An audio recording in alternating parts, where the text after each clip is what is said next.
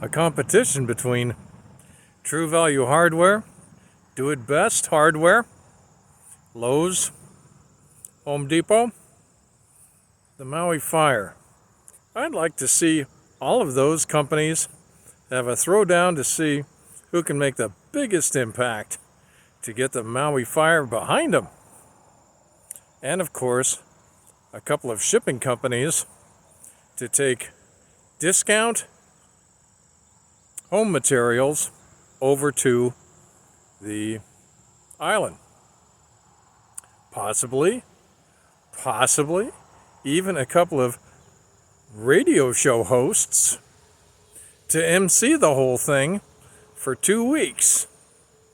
A couple of radio stations that would send their Saturday morning radio show hosts for DIY.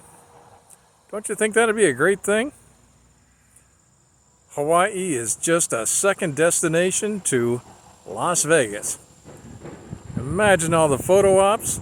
Imagine all the clickbait you would get.